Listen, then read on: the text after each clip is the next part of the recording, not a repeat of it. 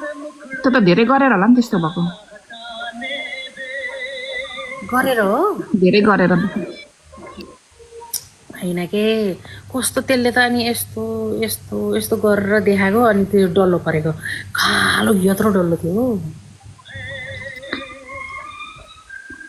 त्यस्तो नराम्रो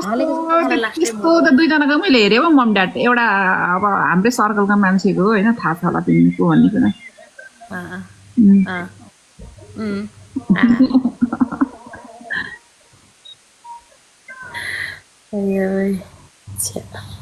अनि एउटा चाहिँ त्यो त्यसको क्या